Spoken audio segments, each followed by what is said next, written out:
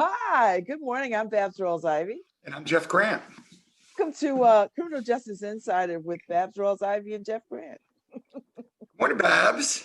Good morning, Jeff Grant. How are you? Good. It's so good to see you on day 2 of our Connecticut snowstorm. Day 3, maybe.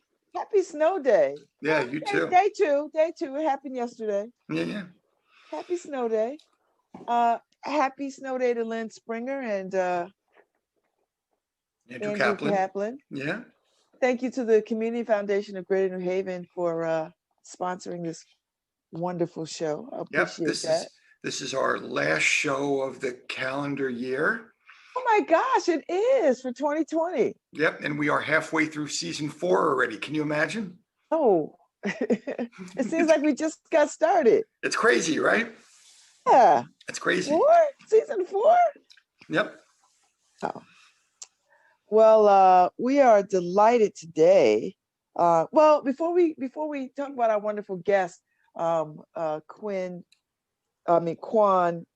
Huynh. What's up with you, Jeff? Any news? It is delightfully quiet right now, for the most part. I'm on hiatus from the other podcast, White Collar Week, but we are. Oh, are you? Okay. Oh yeah, till mid-January. But we're posting the best of White Collar Week. Okay, I see everybody got mugs. I don't have a mug yet. You got to come on White Collar Week, dude. I'm not. If you'll come on and talk white collar, I would love to have you on. I don't think I've been invited, but I'll just. You don't know. You told me white collar is not your thing. No, Jeff. Did I get it wrong? Yes, you did. Okay, well then you are invited. Chloe will reach out to you and set it up with you. You are, you're my main squeeze. Yeah, oh, come on. Plus, you need some color. See, I don't know if anyone's ever gotten it yet. White collar. See here it is, Babz. White collar and white coat. Well, usually it's white collar up there. I know. I was like, dog, he needs some black people on that show. Some people of color. Shoot, I'm coming on. I'm gonna have Chloe set you up at the beginning of January. All right, good. I didn't say I wouldn't come on. What I said was, I would happily come on. Come on your show, Jeff. I support you. So okay. Anyway, so our guest today, I'm delighted because we have author Quan Huynh. Right. Was often described as mighty warrior, a magician, and a mountain of goodness. That's a wonderful way to be described. He is a best-selling author of Sparrow in the Razor Wire, Finding Freedom from Within While Serving a Life Sentence. His book was written for men that are doing long or life-term sentences. And in it, he shares how he found his freedom years before he was even paroled. He works as the senior post-release program manager for Defy Ventures, a nonprofit helping those with a criminal past transform their lives through journey of entrepreneurship. After spending 22 years in and out of correctional institutions, Quan was paroled from a life sentence in 2015 and created his first company 6 months later. The following year, he received the Peace Fellowship Award for his work with the Alternatives to Violence Project. And Quan has been featured in Entrepreneur, PBS NewsHour, and numerous other publications and podcasts. So welcome, Quan. How are you? I'm doing well. Thank you for having me. Hi, Quan. It's good to see you. It's 6 a.m. out there in Orange County, California? Yes, it is. It's still dark. The sun hasn't even come up yet. You look wide awake and ready. Well, I'm ready. Yeah. Somebody wakes me up at 6 o'clock. I'm not looking that good. Well, thank you. So, all right, tell us your story. Tell us the. I love that you said that you get right to it in your book about how you. And when I just read, was that you figured out how to be free even doing time. That freedom, that you did not allow time to do you. That you understood that you needed to free yourself even before you started doing this, even while you were doing this time. Talk about that. Yeah, well, it wasn't always that way. I think I was just looking like I had a life sentence and I'm just going to exist. I'm just going to end up dying in here. It took about 10, 12 years into my life sentence before the light started to come on. Several things had happened at that time. My grandfather had passed away. My little niece was born. It's my brother's daughter, and I got a picture of her, and she just looked like a spitting image of my brother.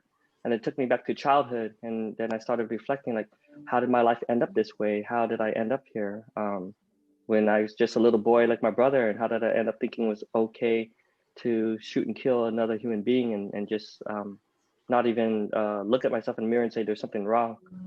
So that began that process. And I've always been a bookworm, and I was reading a lot throughout my prison sentence. So one book led me to another. I loved a lot of books on business and entrepreneurship, and by that time I got into books on personal development. But then one book led me to another, and it ended up on the books of the saints. Particularly read stories about saints that had, about. I was really interested in ones that had failures in their lives, and then how did they come back from it? And it just planted the seed for me of how can I make a legacy of myself, even if I'm supposed to die in prison. And that's where that little seed began. And it was one morning on the yard, like after all these readings and your musings and just teachings. And I stood there, and it was early morning, probably like a little bit later than this because the sun was barely coming up. And I just thought, like, why does prison have to be punishment? Why can't it be a place that I could remake myself, even if I'm supposed to die here?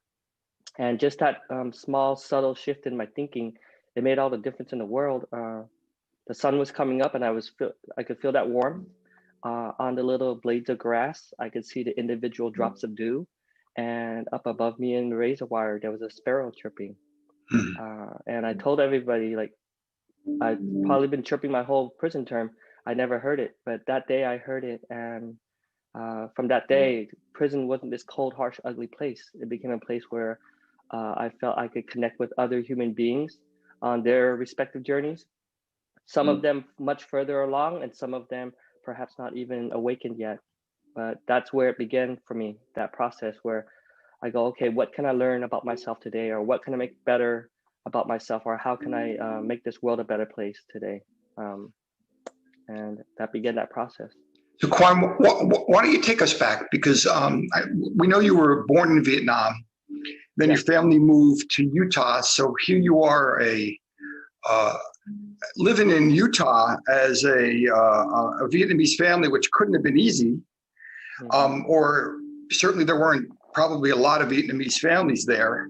So why don't you tell us about that? How did your family come over from Vietnam, and what was it like for you growing up, and ultimately led you to make some wrong turns? Sure. I grew up in Provo, Utah. After we lost our country, we left Vietnam. I was probably only several months old.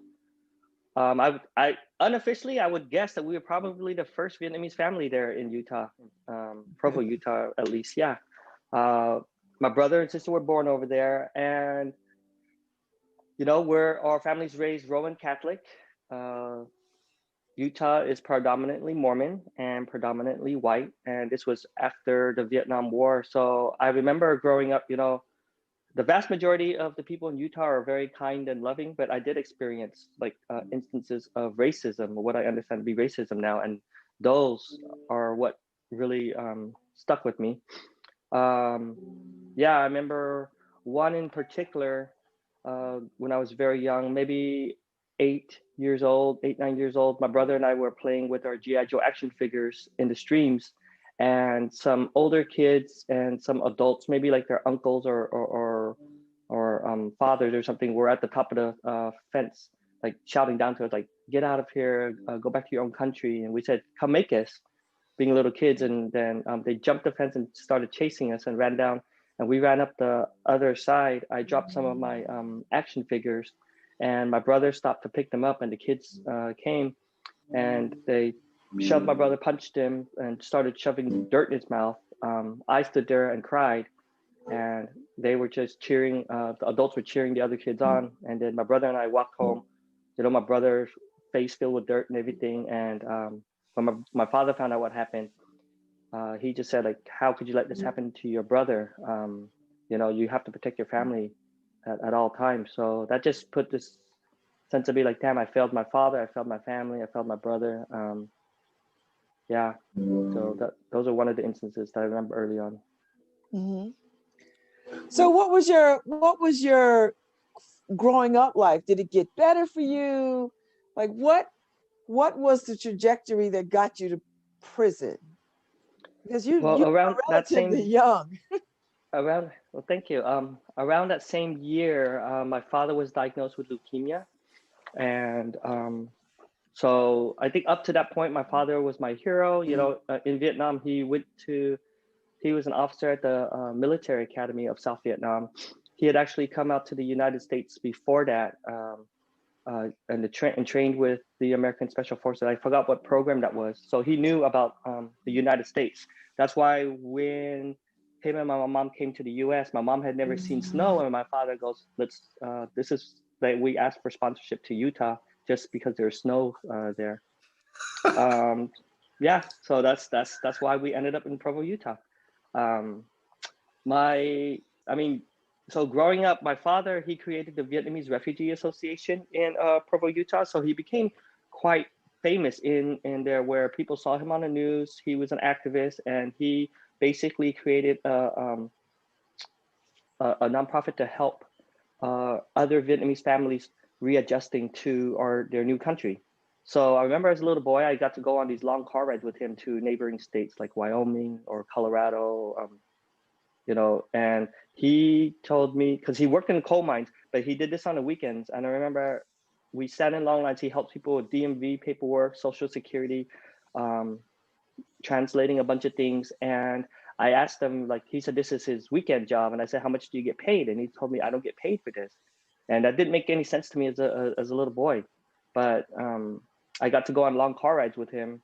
And that's what I enjoyed. I remember seeing that. So he was my hero growing up, especially, I guess he started gaining recognition, and there were like government officials that would come to the house, and they would tell my father, okay, they told me as a little boy, do you want to be just like your dad? Just all you have to do is graduate high school. We're going to put in a recommendation for you to go to West Point. You're going to be just like your father. You're going to be the first Vietnamese American in West Point. So that was my dream growing up. I want to go to West Point. I want to be like my dad. He gets diagnosed with leukemia, and suddenly that, you know, changes the whole dynamic of how I saw life and my father, because I thought he was invincible. He started going in and out of the hospital. And for me and my understanding at the time, it was like, okay, we'll just pray at church and he'll get better. And then he gets worse. And somehow I used to think that I'm to blame because I'm a bad kid. His condition gets worse. So we move out here to California because his side of the family lived out here and he wanted to be close to his family. So we settled first in Santa Barbara, but then we moved out here to Orange County. And a couple years after that, his condition started getting worse and he ends up passing away on Mother's Day and on the day of our first communion. I remember leading up to that first communion day, my mom had said, your father's going to pass away. The doctor said he doesn't have much longer to live. And, you know, looking back now, I was in denial. So was imagine my brother and younger sister. And I just said, I'm going to pray. When I first get to eat that bread, I'm going to pray and I'm going to ask God to let my father live. And the morning of our first communion, I woke up, I went into the bathroom, and my younger sister tells me, Dad died last night. Ooh. So, yeah, so for me, it felt like so unfair. I was like, okay, why did there must be really something wrong with me. That's why God killed my dad, just so he doesn't have to grant this prayer. So I remember just going through the motions that day at church, getting the bread, and just this hollowness inside, knowing that my dad is dead, yet everybody's celebrating. That was when I was 13. Wow. So what? Tell us about your life that led up to the time when you committed a homicide. Yeah. Well, after that, I mean, none of us really grieved his death. I mean, we didn't talk about it. I mean, my family's, you know, my mother never asked like, how are you feeling? We never got to process his death. So I just shoved it into a dark corner and just went about, okay, I'm gonna do what I can to make my mom proud. And you know, in the back of my mind, I go, I'm gonna make my dad proud. I'm gonna still go to West Point. So I try to do well in school. But by that time, you know, we're on welfare. We had no money, or my mom had to finally get a job, and we just started trying to find our way. My brother and I got mixed up with other kids running around on the streets, and that began us going down a different path. In high school, we had some run-ins with some local skinhead kids, and my senior year, some of those skinheads had called my house and threatened my mom or my sister. They said, "We're gonna come kill you, Gooks, and we're gonna come kill your whole family," and things like that. So my brother came and told me about it with some of my friends. I was working at a Subway sandwich shop at the time, and I asked my coworker, "Hey, do you know where these skinheads live?" And she said, "Yeah." So she drew me a map. By that time, my friends, or a little party crew of friends, one of them had a small handgun, and we used to just go to parties, and he carried it with him, and we just thought we were all the hardest kids on the block. So we're sitting there, and I give the map to them. I said, "This is where she says he lives." They said, "Okay, we'll come back tonight at 10 o'clock to pick you up, and we'll go shoot up the house." I said, "Okay, yeah, that's what we'll do. We'll shoot up their house. They shouldn't be threatening our family like that." So we felt justified in it. I get off work that night. My brother and my friends never came. So when I went home, I found out that they went to a local arcade and found another kid to show them the house. And my friend ended up going up to the house, knocking on the door, and they opened it, and he ran inside and shot 3 people. Fortunately, they all survived, but we got arrested within a couple weeks, and I was arrested for a conspiracy to commit 3 attempted murders. I was 17, I think my brother was 15, and that began that path of me getting arrested the first time, going into juvenile hall, ended up at the California Youth Authority, got out more angry. I had a chip on my shoulder by that time because I felt I should have never been arrested. I wasn't there. You know, there was no sense of personal responsibility. Also in it, it's weird because then when I remember getting into juvenile hall, that became like my excuse. This is why I didn't make it to West Point, and this is why I couldn't amount to nothing. This world has screwed me. Never even reflecting back on, I remember in high school, I took my SATs my junior year. I did terrible on it. And so I knew like there's no way I'm getting to West Point. I don't know anybody. So I filled out for the ROTC and the Reserve Officer Training School, and they had called my house, and my mom had picked up the phone, and she said, "Oh no, my son's not going to. He doesn't want to do that stuff." And then she hangs up and she tells me, "Why are they calling here? You're not supposed to go to Reserve Officer. You have to go to West Point." And I couldn't tell her, "There's no way I'm going to make it, Mom." But that was just, no, that's our cultural, traditional Asian family that's trying to overachieve right there. But yeah, so I go into juvenile hall, get out from the California Youth Authority, and by that time, my associates, my friends were, you know, a bunch of kids that had already gone in and out, and that formed the core of our gang after that. And that's so how at some point you commit a crime. You commit probably what they consider the most heinous of crimes, I guess. You commit this crime. How old are you when you do this? When I committed the murder, I was 23. So that's very young. Yeah. So you commit this crime, you're found guilty, and then you go to prison. Yeah, I was tried for the death penalty. Basically, I lied at trial. I had coached witnesses, and I had got rid of evidence, and I benefited from it. So I was given they found me guilty of 2nd-degree murder and given a 15-year to life sentence. In the state of California, that basically meant a death sentence. So I went into prison thinking, okay, I'm going to die in here. Like, there's no way I'm ever getting back out. So I'm just going to live the way I want to live. So you're 23. You're in How, there. how old was the young man that got killed? Min Nguyen was 27 when he was killed. And have you ever come to terms with that? Have you made amends to the family? Have you ever spoken to them about it? So I have not got to speak to his family. His mother never showed up to our trial. I sent a letter to her through the Office of Victim Services. This is back in 2010, 2011. This is after my sparrow in the razor wire moment. And I started to figure out, like, how do I make amends and how do I give back? And that was part of my process. I wrote a letter to her and they returned it to me. They returned it, the original, back into my central file. So she had never registered, and so she never received that letter. Mm-hmm. So when did this happen? What is the time frame? 1999 is when I committed the murder. Okay. And about 2010, 2011 is when I started to transformation. Yeah, I wouldn't say that. It wasn't like the light comes on. It was just like, okay, there's a seed that's been planted, and how do I grow this and cultivate it, and you know, especially remove all these weeds and all this hard soil, and continue to till it, because it was a process. And so when did I'm sorry, go ahead, Jeff. So this changed your prison experience entirely, right? It absolutely did. I mean, when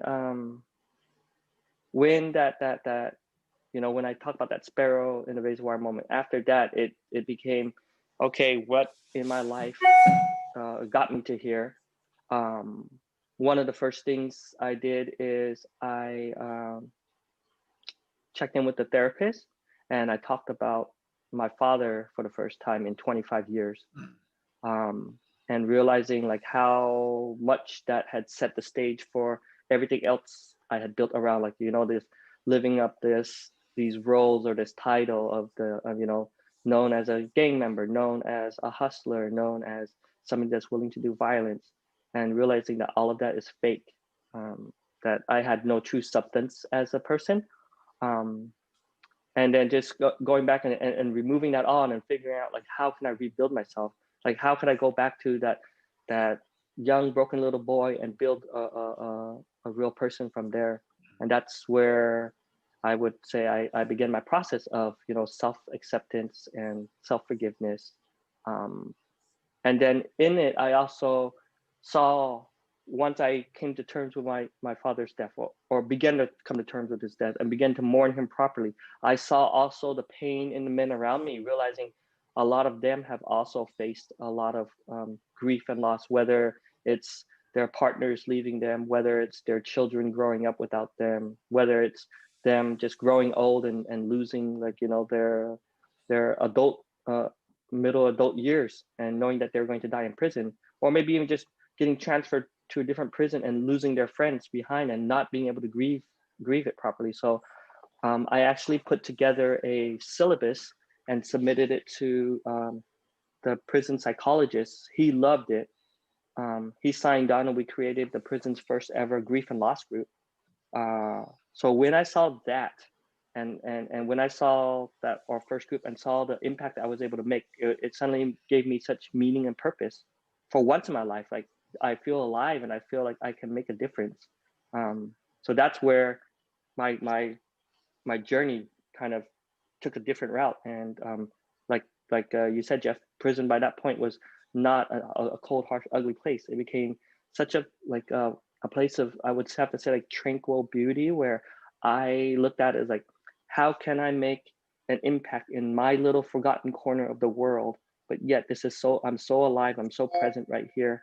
And it's so tangible. I could see the men around me, and I could see the healing in the men around me.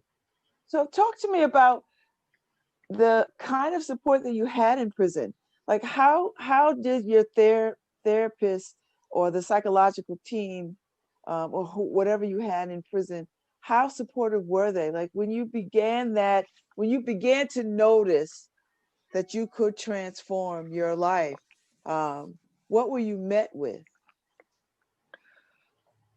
Well, I mean, prison rules, or that prison belief is therapy. If I'm checking into therapy, that means there's something wrong. It's weak if you see a therapist. It's weak to ask for help, and these were just beliefs. But that saying, when the student is ready, the teacher appears.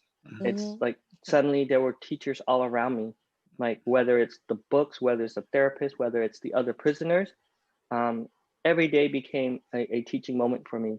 Whether, let's say I'm reading a book on, I want to be, to treat others kindly or to speak gently. Then the next day, some person will say something and it causes me to become frustrated, and I end up arguing with them. And then I have to go back that night. And I had this habit where I wrote in my journal, like, what did I do well today and where could I have improved? And I continue to look at that. Okay, this is where I needed to improve. I still retorted with anger towards this person when he said something. So the next day, and it just became a process where suddenly it slowed down my mind, where suddenly someone can get me frustrated and I could see the old me would have told them off or would have said something. And now I can just take a step back, pause, and then say something gently or kindly. And it's just these teaching moments for me every day in prison. And that's just how it became. But you still think you're going to be in there for the rest of your life. Yeah. So when did it become clear that you could apply for parole? Well, it was, so at the 15 year in California, you go to parole 1 year before so at 15 life, I go to parole at the 14th year, and then they could deny a person parole anywhere between 3 to 15 years, 3, 5, 7, 9, 15, something like that. And I saw around me men that had gone to parole board multiple times. With each time they go to parole board, they're given a transcript, and there were guys with like 6 or 7 transcripts or 8, because they had gone so many times, and everyone believed like this is a sham, this is fake. 2007, there came a landmark ruling that said that California had to review its process of parole, and there had to be a difference between the life without a possibility of parole and life with parole. So then it's when we first heard, a lifer got paroled, but it's usually somebody in their 60s, had done upwards of 30 something years, had never gotten any write-ups. So I remember reading the court ruling, and they had this thing called factors of suitability. And it says, okay, somebody that a factor that they could find somebody suitable is they haven't, no prison write-ups, no gang member, no multiple arrests. And then factors of unsuitability, prison write-ups, terrible record in prison, multiple convictions, previous records of violence. I fell under all those categories. So even in something, I was like, this does not apply to me. They'll never let me go home. And it was just still there. But then when the process began for me, it wasn't even about going home. It's like, I found this freedom already. I am free right now at this moment. And whether they let me go home or not, I see where I can make a difference. So I'm exactly where I'm supposed to be at this moment. So at some point you get out, they check all the boxes, you get out. What happens? What happened? Well, I guess life begins out here on a crazy note. I mean, because you spent a considerable amount of time in prison already. So when you get out, is your family intact? Like, what happens to you? Yeah, my family is there, and I move in with my sister. My brother and I began working at my brother's real estate company the very next day. It felt like things were running at me 1,000 miles an hour. I had to relearn a bunch of tech. I remember the first morning waking up early because the house is so quiet. I'm used to the shuffling of men, the jingling of keys, and the house is quiet. And I think I slept maybe 20 hours that first week, because I was staying with my brother the first week while we're getting the living situation situated. And since I didn't have a car, I stayed with my brother and their house was so quiet. So I remember getting up and I just wanted, like, a little cup of coffee. And I couldn't figure out how to work the coffee machine. There were too many buttons. I was like, where is just instant coffee and hot water? And I couldn't, yeah. TV, there's 200 channels, and I said, I just want to watch, you know, a football game, and I can't find the channel for a Sunday football game, and I have to ask. So it's learning process on just little things like that, where I can look now, okay, this is funny. You know, the next day they took me to my brother and sister-in-law practice yoga, so they took me to a hot yoga studio, and I didn't know what I was doing, and I have to look around to see the moves, but there were so many women with the tight yoga clothing, and I felt like, oh, I'm not sure if I'm supposed to look. Like, I felt very uncomfortable, but I have to do the stretches, and so it was like all these things coming at me like that. But then, you know, also one thing I did not realize, yeah, there's the challenge with tech, but I think the challenge that I did not see coming, or I would have to say that I totally underestimated, was just the challenges of family dynamics. I saw that I had evolved and changed over those years.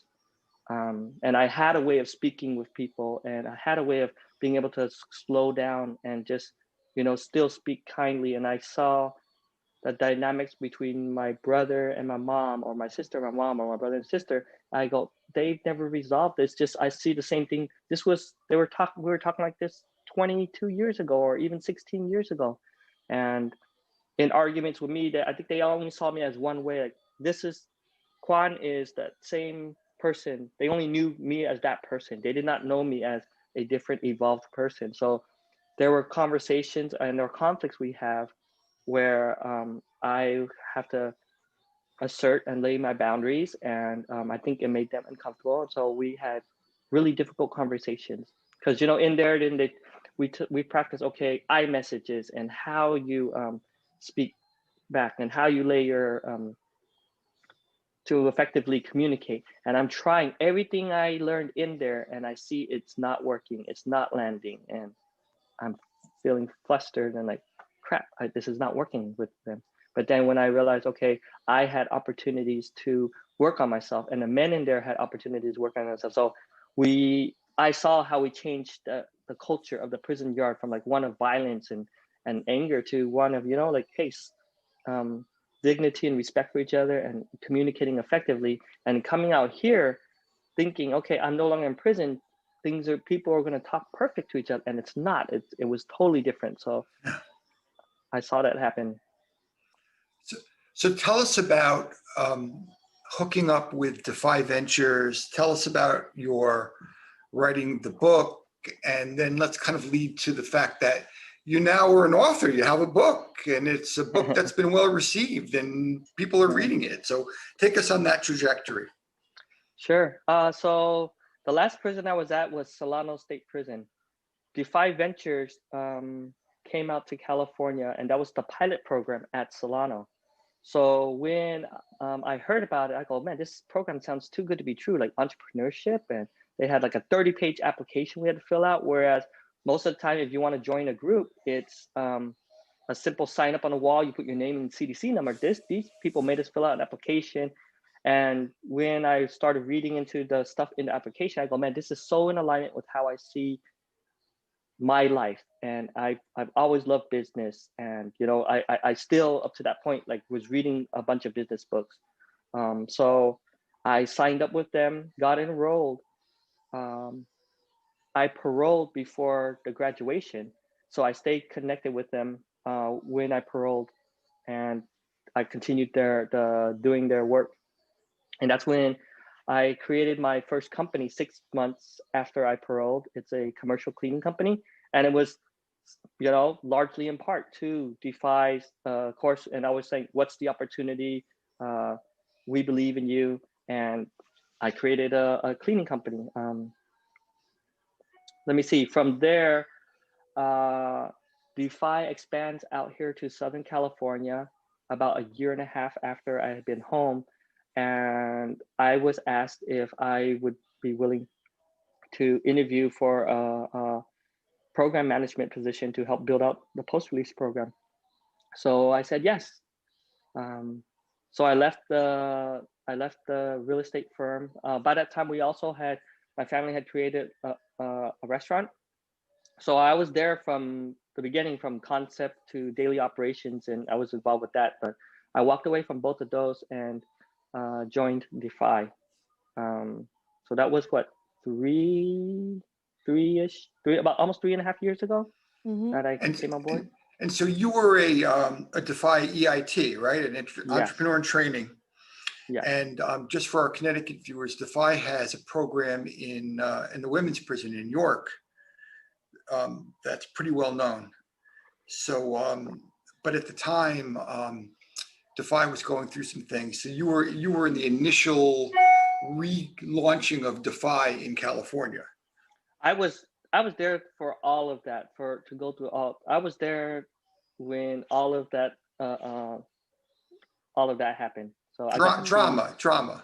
yes, all drama. But what organization hasn't had its drama? That's the truth. All right, so tell me about the book. What about the book? So when did the light bulb go off to like, okay, let me capture some of this into a book? Well, I gave a talk in Colorado called the One Last Talk, and basically it was the premise of the talk is, if you were to die tomorrow and if you have one last talk to give to the world, what would you say?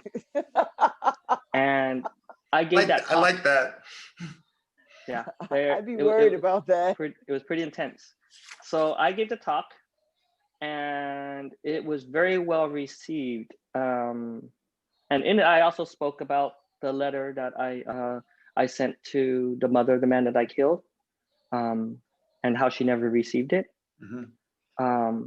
So I did that talk, and it was after that talk that I was approached by 4-time New York Times bestselling author Tucker Max. And he had asked, hey, do you really want to make a difference?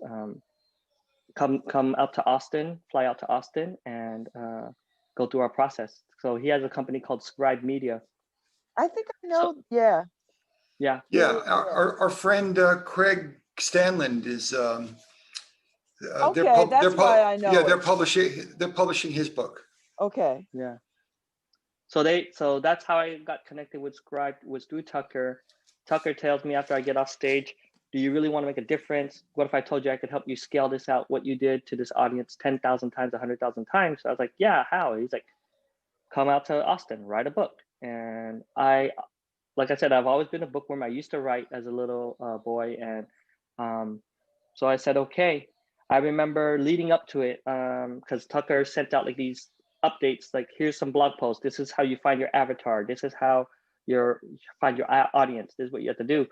So about a couple weeks before I was supposed to fly out, this is January of 2019.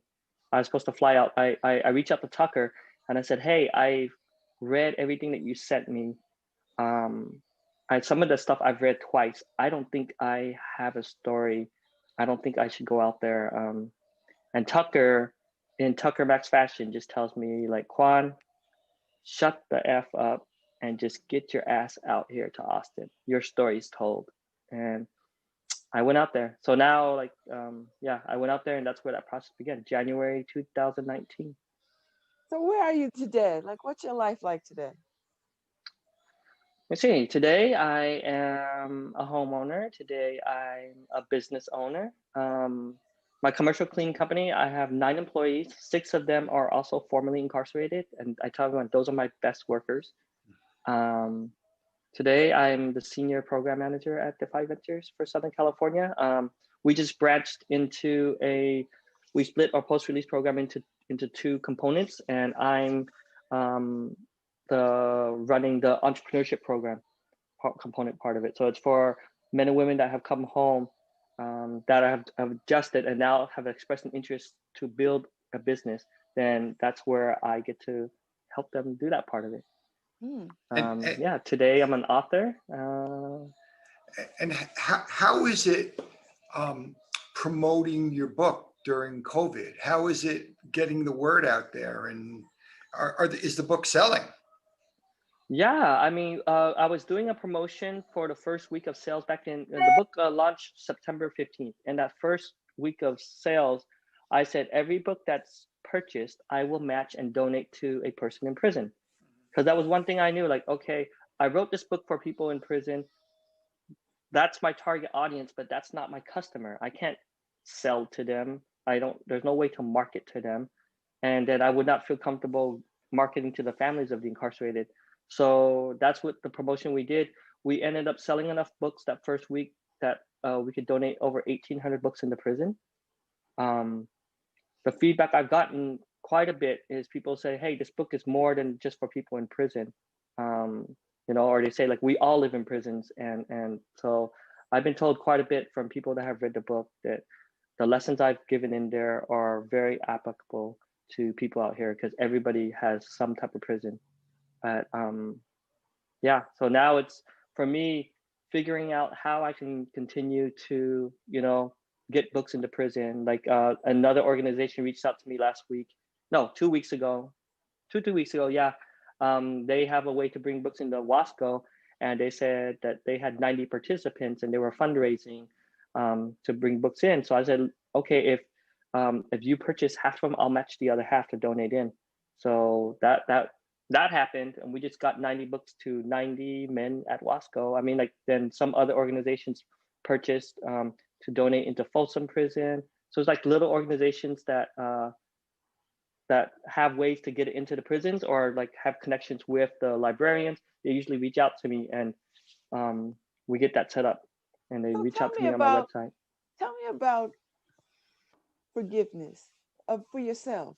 Have you Mhm. forgiven yourself, and what does your redemption look like or feel Yeah. like? And do you feel that you've forgiven yourself? Yes. I love this question. Yes, I have forgiven myself. In prison, when this process began for me, and I was in the midst of the process, I was in this group, and there was an exercise we did where we wrote on slips of paper, like they basically like, who are you? The exercise was called Who Am I? And I'm writing in there who I am. You have to describe yourself, like one word descriptors. And we wrote like, I'm a son, I'm this and this. One of the words I wrote on there was murderer. And so during the exercise, they asked us to look at one of the slips of paper and throw it away and imagine that word is not me anymore. What does it feel like? And when I got rid of that word murderer and just the feeling, I go, why do I hold on to this? Why do I continue to hold on to this? Yes, I committed murder, but no, I am not a murderer. Two different things, like very subtle, but it's two different things. And I just Two realized, very different things. Yes. yes, I don't think it's so subtle either. yeah. I mean, it's not just those, but it's just I understand what he means by Yeah, the but- subtlety of it. Yeah, but we go through this all the time, even with ourselves. Are we criminals, or are we some people who committed a crime? Yes. And it was for me, I go, this is still a form of self-pride. Like, why do I hold on to it? Am I, especially if I say I had I reaffirmed my faith in the church, and I said, if our church says that we are forgiven, like, who am I to say that I cannot be forgiven? That's like God has already forgiven you, right? yes. So And that's so for me, it just became this big weight lifted off of me. So yes, I have forgiven myself, and in doing that, it just makes me so much more forgiving of people and the world around me, because who am I to even judge anyone when I can come to terms with this? Like, what can somebody say or do, and how can I judge them for it when I've done the worst of the worst? But what is your redemption path like? Like, because I know for my own self, people love to remind you of what you've done. Like there are people who are just going to think that you've not paid enough, you've not suffered enough, you've not served enough, you just haven't done enough. And you have to sort of say, you cannot allow their whatever that is for them to deter you from your story. And so that's why I asked you, what is your redemption walk like? Because people will try to drag you back to that space, and it takes a lot to not. I get out in front of it right away. I said on January 15th, 1999, I shot and killed a human being. So I let them know, like when we get, who are you? When you first meet somebody, like, okay, who are you? What type of work you do? How do you get involved? And I usually get that out right away. I let them know, and then it's in that moment. So it's really up to them if they're. I've had people just I could see it. They don't want to associate with me, and that's fine. Like, so for myself, I'm even sure like people that might hear just go, this guy should have never been home. He killed somebody in cold blood. And even when I went to my parole hearing, the DA said, that I should have, under all intents and purposes, that what I admitted, I should be on death row. And I could say, yeah, you're absolutely true. And I could be killed or I could be executed, but how does that change anything? Like, how does that bring healing to the world? Like, I just look at it as I can make an impact now. And let's say, like, okay, I've got, let's say that first week we got 1,800 books in the prison. So let's just say I become very grandiose and I can change 1,800 lives or whatever, or however many lives can be affected. I know like every single one of those will still not amount to the living, breathing human being that I took off the face of this earth. But I look at it like, okay, this is my part in giving back to the world. And that's just how I want to approach it. Okay. So you're still with Defy. Yeah. And that's kind of your one of your defining pieces.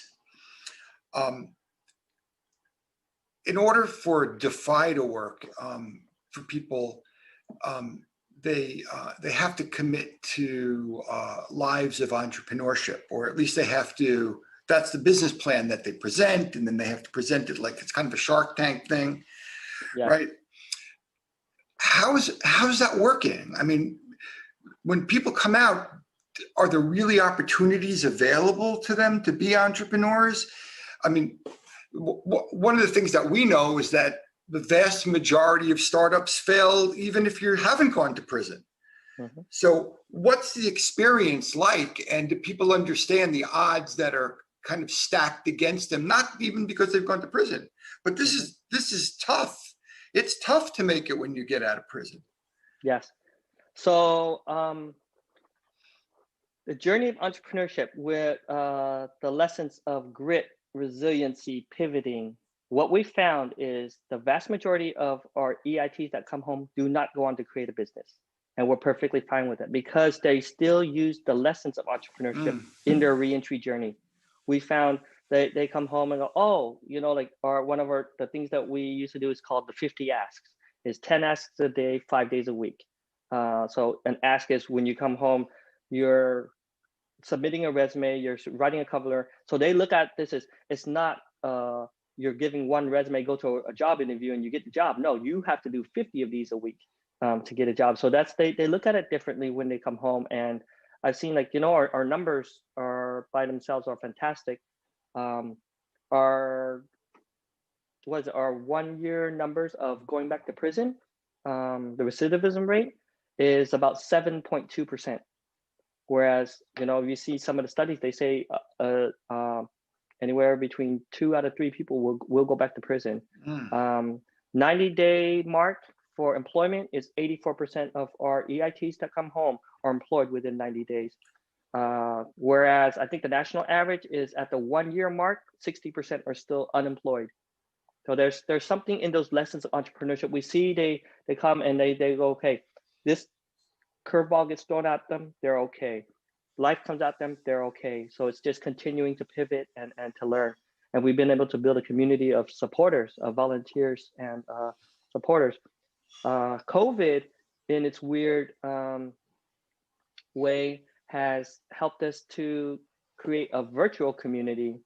And we've been able to engage more volunteers with COVID than we did even before COVID, because, and this is not even counting our big high profile events with 40, 50 entrepreneurs coming into prison, but just post-release, we've been able to engage. And then that makes it easier for our EITs to engage, because then a lot of times before it was in person and they couldn't get into the office, or they're paroled somewhere 2-3 hours away from the office, from the event. Now everything is done virtually and they can jump on, and then at the same time, they're learning basic business communication skills, so which are great for them for a job interview, or it's great for them to even just do work remotely. Well, we're about to wrap this up, Jeff, because we're running out of time. So, Quant, if you could have anything, what would you want? What is the end game for you? What is the big picture? What is the dream? Do you get to think about that? Yeah. Well, I don't. I mean, like, if there's one thing that Yes, I don't just mean the that. I other mean day, like like, last week when we see the federal execution of Bernard, and yeah, I and more saw to he went come. in 5 months before me.